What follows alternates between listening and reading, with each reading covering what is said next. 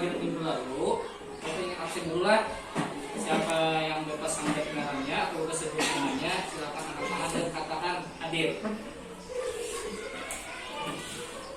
Akbar. Hadir. Adam. Hadir. Aris. Hadir. Aisyah Putri. Hadir. Alhamdulillah hadir semuanya lah. Hari ini kita akan mempelajari tentang kelanjutan dari Khulafaur Rasyidin. Siapa yang tahu berapa jumlah Khulafaur Rasyidin? 4. Tangannya. Ya, Paris, ada berapa Paris? 4. Ada 4. Tolong sebutkan Akbar. Yang pertama siapa Akbar? Abu Bakar. Ya betul, Khulafaur Rasyidin pertama adalah Abu Bakar. Yang kedua Haris, siapa? Khalifah yang kedua? Ya Umar bin Khattab. Berikutnya Khalifah ketiga Anika. Utsman bin Affan. Ya Utsman bin Affan. Yang terakhir Nadia. Khalifah keempat Ali bin Abi Thalib. Jadi Khulafaur Rasyidin itu jumlahnya ada 4. Yang pertama Abu Bakar, yang kedua Umar bin Khattab, yang ketiga Utsman bin Affan, yang keempat adalah Ali bin Abi Thalib.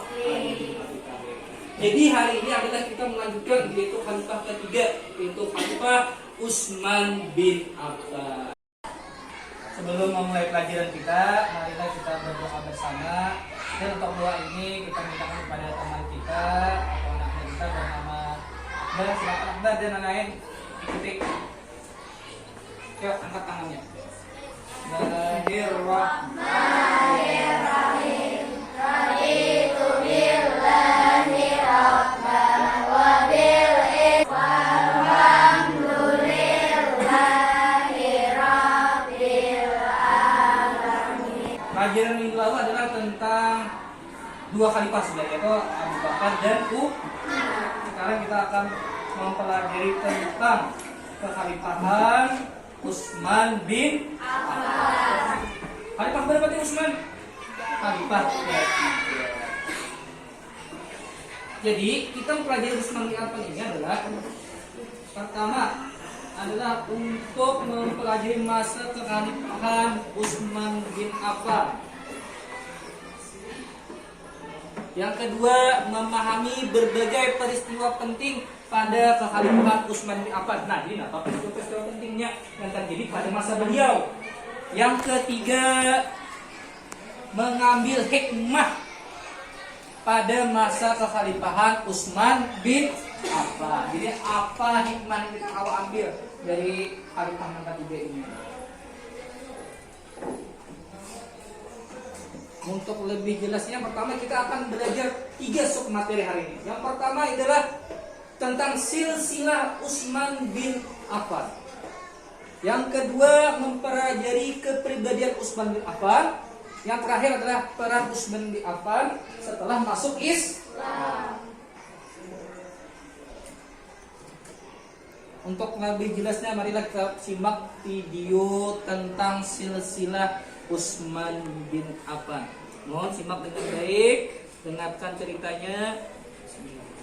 Assalamualaikum warahmatullahi wabarakatuh. Khalifah Utsman bin Affan lahir di kota Mekah pada tahun 576 Masehi.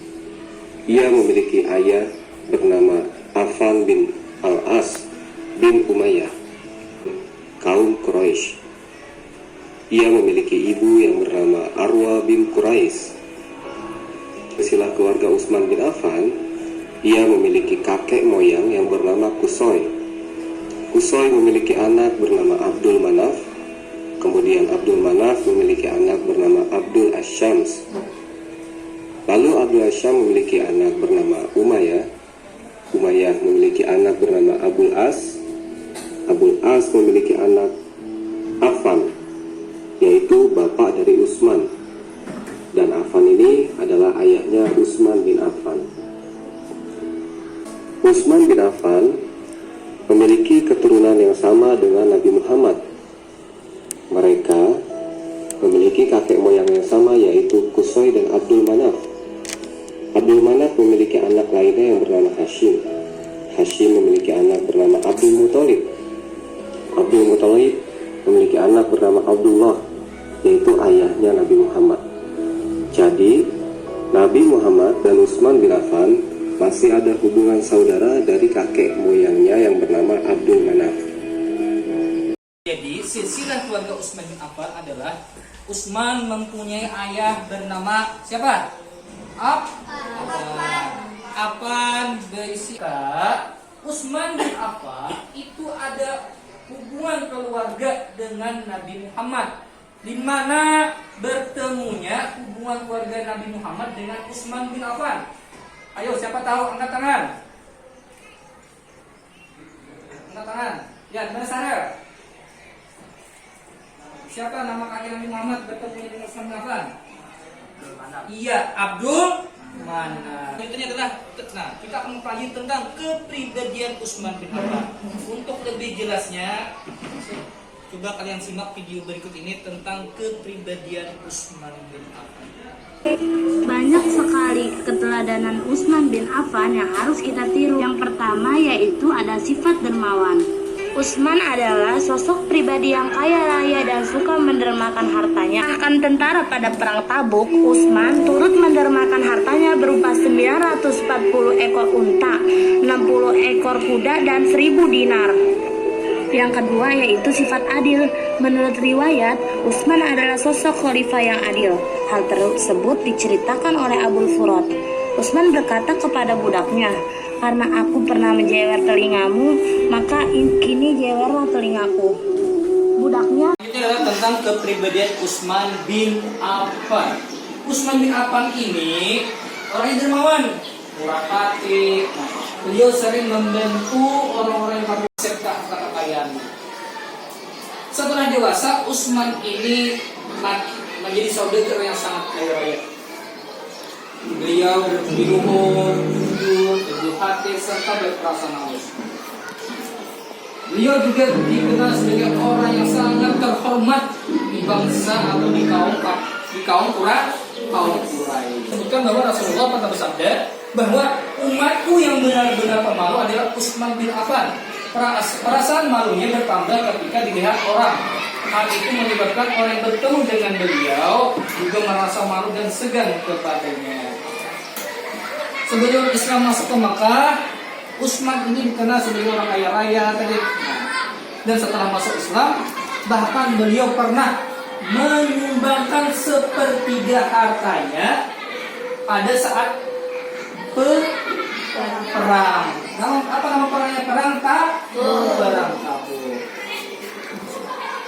Kita akan membahas tentang peran Utsman bin Affan setelah masuk Islam. Coba kalian simak video berikut ini, bagaimana beliau prosesnya masuk Islam dan bagaimana peran beliau setelah masuk Islam. Mari kita saksikan videonya bersama-sama. Assalamualaikum. Peran Utsman bin Affan setelah masuk Islam. Utsman bin Affan masuk Islam atas ajakan dari Abu Bakar yang mengenalkan kepadanya tentang agama yang dibawa oleh Nabi Muhammad. Saat paceklik dan terancam bahaya kelaparan karena kekeringan panjang, Utsman bin Affan datang dengan membawa 1000 karung gandum yang semuanya dibagikan kepada kaum muslimin. Dalam kesempatan ketika akan perang Badar, Utsman bin Affan hendak ikut serta berjuang bersama umat Islam. Tetapi Nabi Muhammad melarangnya dan memintanya agar kembali dan merawat istrinya yang sedang sakit. Karena hal itulah Utsman bin Affan tidak ikut dalam perang Badar. Namun meskipun tidak mengikuti perang Badar, dia tetap mendapat julukan Badriyin, para pahlawan Badar. Bin Affan setelah masuk Islam sangat besar perannya. Salah satunya adalah ketika terjadinya perang Tabuk. Beliau menyumbangkan sepertiga hartanya untuk kepentingan perang. Dan pada masa paceklik, beliau juga membeli sumur dari siapa? Orang Yahudi. Jadi itu adalah peran Utsman bin Affan setelah masuk Islam. Ada pertanyaan? Bila tidak ada pertanyaan, maka kita akan lanjut kepada menjawab soal.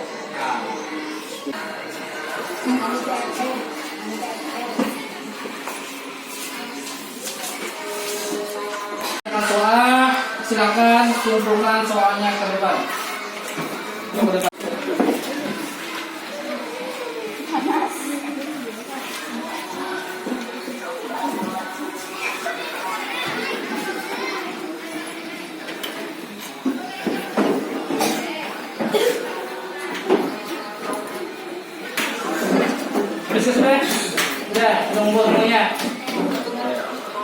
Kita jawab bersama-sama. Nomor 1. Ibu dari Utsman bin Affan bernama A. Ummu Kulsum, B. Urwa, C. Ruqayyah, D. Aisyah. Siapa bisa jawab? Ibu dari Utsman, siapa? Siapa Jara?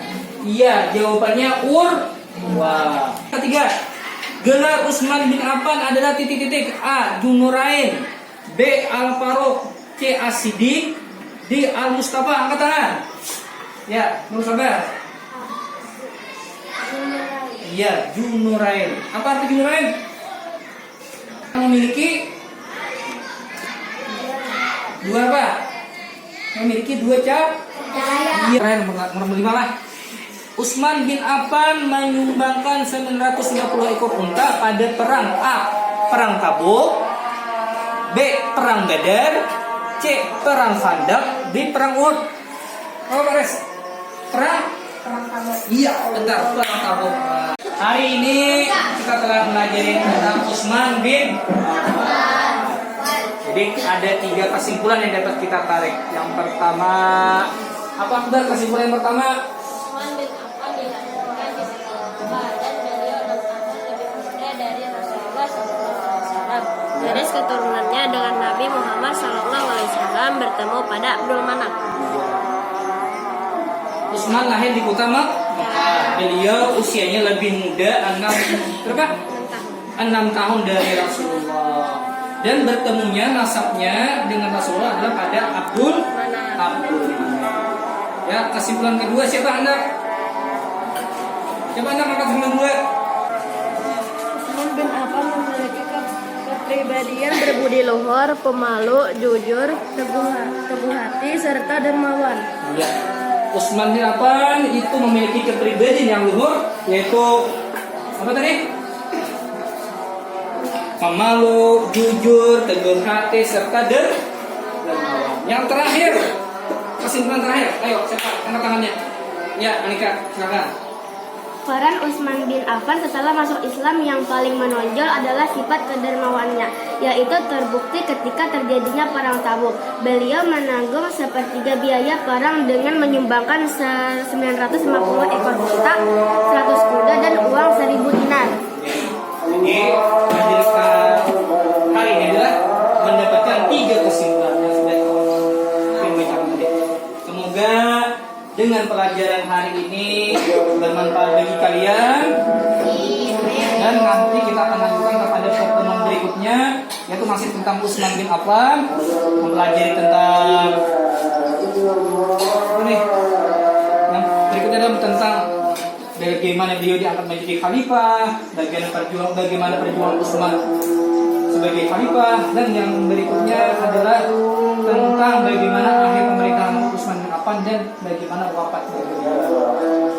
Oke, itu saja pertemuan kita hari ini. Sebelum kita akhiri, marilah kita bersama-sama mengucapkan Alhamdulillah.